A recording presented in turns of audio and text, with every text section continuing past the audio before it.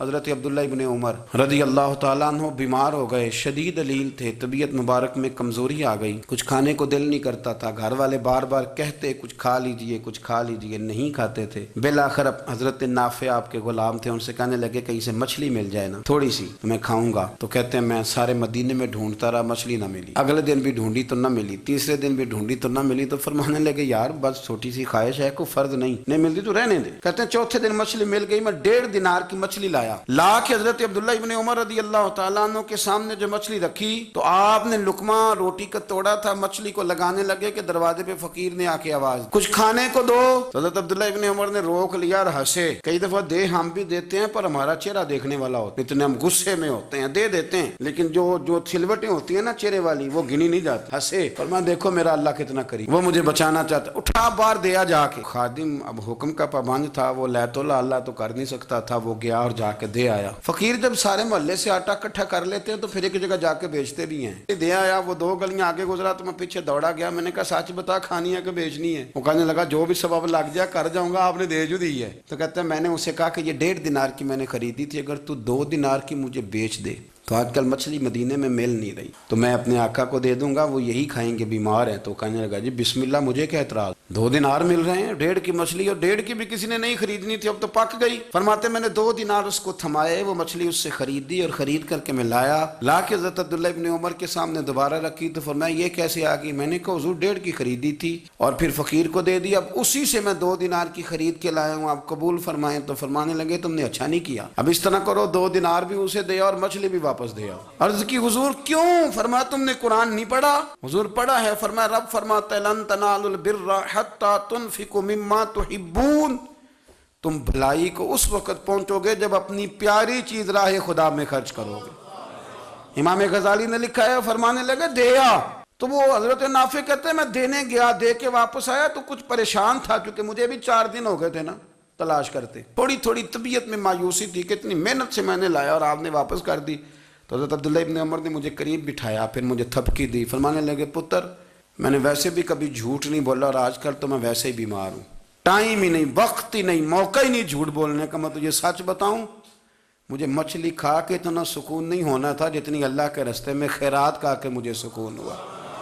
تو تجھے تو میری راحت سے غرض ہے نا کہ مجھے راحت کیسے ہوتی ہے، تو مجھے سکون ملا ہے راہ خدا میں دے، میں نفسانی خواہش پوری کر لیتا تو یہ میرا نفس کل پھر مجھ سے مچھلی مانگتا، پرسوں کہتا نہیں چھوٹے گوشت کی یخنی بھی چاہیے۔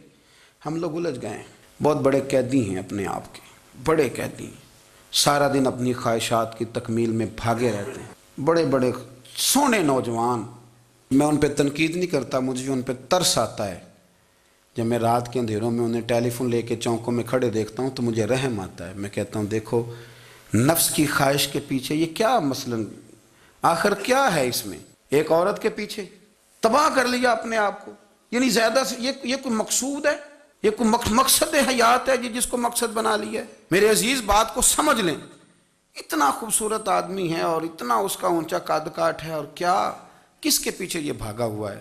بڑا سمجھدار، دانشور، عقل مند آدمی، ذی روح بندہ، لیکن اس کا سٹیٹس آپ یہ ملاحظہ کریں کہ وہ 20-40 ہزار کی خاطر جھوٹ بولتا ہے، دھوکہ دیتا ہے، فریب اور فراڈ کرتا ہے۔ ہم اپنی نفسانی خواہشات کے پیچھے اس طرح بھاگتے ہیں کہ ہم اصل سے رہ جاتے ہیں۔ میری باتوں کی سمجھ آ رہی ہے آپ حضرات؟ تھوڑا تھوڑا کر کے، ایک ایک کر کے ان کی باتیں کم مانیں۔ وہ ضروری تو نہیں نا کہ سویرے ناشتہ بازار سے اپنی مرضی کا تگڑا کیا ہے، بازار سے لا کے پوڑیاں چنے بہترین کھائے، اور پوڑیاں چنے ابھی کھائے نہیں، شاپر میں ڈالے ہوئے ہیں، اور وہ لے کے ابھی آ رہا ہے تو ساتھ ہی رستے سے گوشت بھی چھوٹا اچھا لگا تو 2 کلو وہ بھی لے آئے کہ پوڑیاں چنے کھاؤں گا اور دوپہر کے لیے گوشت پکاؤں گا۔ وہ پہلے یہ تو کھا لے صاحب، اس سے تو نجات پا لے، یہ پتہ نہیں ہضم ہوتا ہے کہ کچھ اور کرتا ہے تیرے ساتھ، لیکن وہ گوشت بھی ساتھ لے آیا، یعنی ٹیبل پہ، ناشتے کے ٹیبل پر بیٹھ کے فیصلہ ہو رہا ہوتا ہے کہ ہم نے کیا کھانا ہے، ہم نے کدھر جانا ہے۔ سنگیو یاد رکھو، باتوں کو سمجھو اور غور کرو، یہ تھوڑا تھوڑا کر کے جب ہم چھٹکارا حاصل کرنے کی کوشش کریں گے نا، چھٹکارا حاصل کرنے کئی جگہ سے، کسی جگہ سے اگر آپ کو تنبیہ ہوتی ہے نا، تنبیہ، اس میں بھی بڑا مزہ آتا ہے، اس میں بڑا، ہمارے ایک بزرگ تھے تو ایک دن نہ میں گیا تو کہنے لگے الحمدللہ آج میں بڑے سکون میں ہوں۔ میں نے کہا جی وہ کیا ہوا؟ کہنے لگے میں اپنے آپ کو بڑا پیر صاحب سمجھنے لگ گیا تھا، تو ایک وابڈا کے کسی آدمی سے کام تھا، تو میرے ایک دوست نے مجھے کہا ہے کہ پیر صاحب اس کو ٹیلی فون کر دیں، سنا ہے آپ کا عقیدت مند ہے۔ میں نے اس بندے کو ٹیلی فون کیا تو کہتا ہے پیر صاحب میں عزت آپ کی بڑی کرتا ہوں پر یہ کام نہیں ہو سکتا۔ کہتے ہیں جب اس نے مجھے کہا نا تو کچھ بھی نہیں، تو مجھے بڑا مزہ آیا ہے، ورنہ میرا تو نفس پھول گیا تھا، میں تو سمجھتا تھا کہ جو میں کہتا ہوں ویسے ہی ہو جاتا ہے۔ کہتے اس نے تھوڑا سا نا مجھے لیول میں کیا ہے، مجھے مزہ آیا۔ یہ لوگ نا اپنے اوپر بوجھ ڈالتے تھے، یہ تھوڑا تھوڑا پیچھے ہٹتے تھے، یہ سمجھتے تھے کہ اس طرح تو ہماری تکمیل رہ جائے گی، صبح سے شام تک اگر اسی نفس کی باتیں مانتے جائیں گے تو خرابی کرے گا۔ دولت کا نشہ ہے بھائی، دولت کٹھی کرنے والا کسی جگہ سیر نہیں ہوتا، حسن کا نشہ ہے، حسن کا نشہ ہے۔ حضرت ابو بکر شبلی رحمۃ اللہ علیہ فرمایا کرتے تھے جو تیری بیٹی کو خوبصورت سمجھ کے اس کے ساتھ نکاح کرنا چاہے اسے بیٹی نہ دینا۔ حضرت جی کیوں؟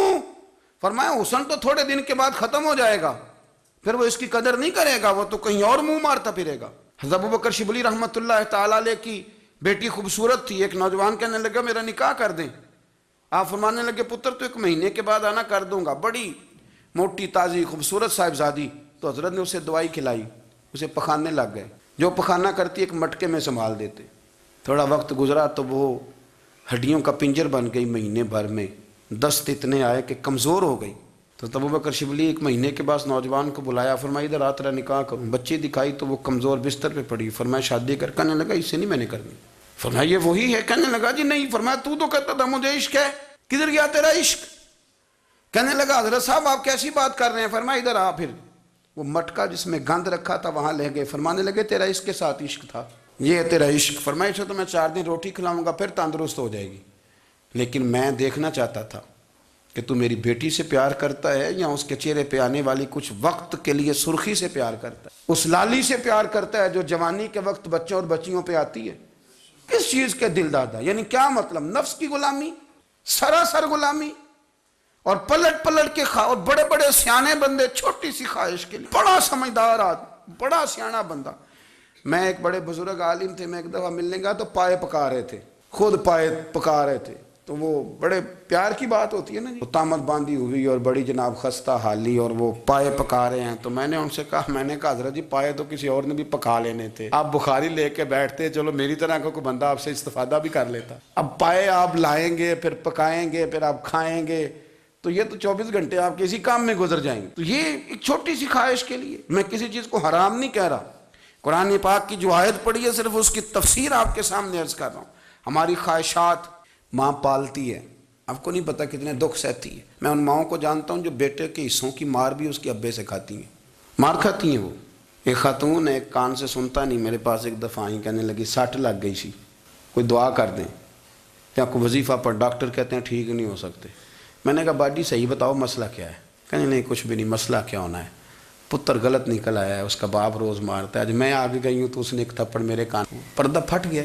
مائیں مار کھاتی ہیں لیکن وہ پتر جس کو بڑی محنت سے پالا ہے وہ جوان ہوتا ہے تو اماں سے کہتا ہے تجھے چھوڑ دینا ہے، پر جس لڑکی سے میرا ٹیلی فون پہ رابطہ ہے اسے نہیں میں نے چھوڑنا، وہ نہیں چھوڑ سکتی، ہر شے کچل جاتا ہے وہ۔ اماں کبھی لیٹ کے رات کو سوچتی ہے کہ یہ تو میری کل کمائی تھی، میں تو آج بھی اس کے حصے کے تھپڑ اپنی گالوں پہ برداشت کر رہی ہوں۔ تو اردشیر نام کا بادشاہ تھا، حضرت محدث ابن الجوزی آج سے کچھ 700 سال پہلے لکھتے ہیں۔ اردشیر بادشاہ بڑا خوبصورت تھا، جوان تھا، بڑا عقل مند تھا، اس نے اس طرح کیا کہ قریب قریب کی ساری ریاستوں پہ قبضہ کر لیا، بڑا عقل مند زیرک تھا، قبضہ ہو گیا۔ ایک بادشاہ بڑا سخت تھا، اس کے ساتھ جب پنجہ آزمائی ہوئی، کہتا ہے اس پہ میرا قبضہ نہیں ہو رہا تھا، اور جب ہم نے ساری ریاستوں نے مل کے اس پر حملہ کیا تو ایک قلعے کے اندر قلعہ بند ہو گیا۔ اردشیر بڑا خوبصورت آدمی تھا، بڑا سمجھدار تھا، تو وہ بادشاہ قلعہ بند ہو گیا، اس نے کہا نکلنا ہی نہیں، اب وہ اندر بند ہے، یک بارگی حملہ کیا تو وہ بڑا بڑا قلعہ تھا اس میں بند ہو گیا۔ اس بادشاہ کی نا جس پر حملہ کیا، اس کی بیٹی اچانک ایک دن قلعے کی دیوار پہ چڑھی تو اردشیر کے حسن و جمال کو دیکھا تو عاشق ہو گئی، اور اپنے ہی باپ کے خلاف اسے کہنے لگی کہ اگر تو میرے ساتھ شادی کا وعدہ کرے نا تو میں تجھے رستہ بتاتی ہوں حملہ کرنے کا۔ اس نے کہا میرا وعدہ رہا، تو رستہ بتا۔ اس نے رستہ بتایا اس لڑکی نے، اور بادشاہ نے حملہ کیا تو اس کا باپ قتل کیا، اس علاقے پہ قبضہ کیا شادی کے وعدے پر۔ ہاں نفسانی خواہش بندے کو اندھا کر دیتی، نہیں سمجھ آتی اس کو میں کدھر جانا ہے، اندھا کر دیتی۔